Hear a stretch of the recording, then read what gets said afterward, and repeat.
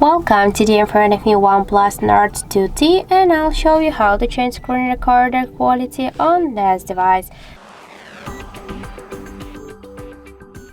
So let's just first open the settings application, and after that scroll down to the system settings. Then here click to the screen recording and tap on it, scroll a little bit down and click to the definition. Now we can change our screen recording quality from medium to high to low. Also we can set the custom. So that's it. Also we have the second way how we can activate screen recording settings.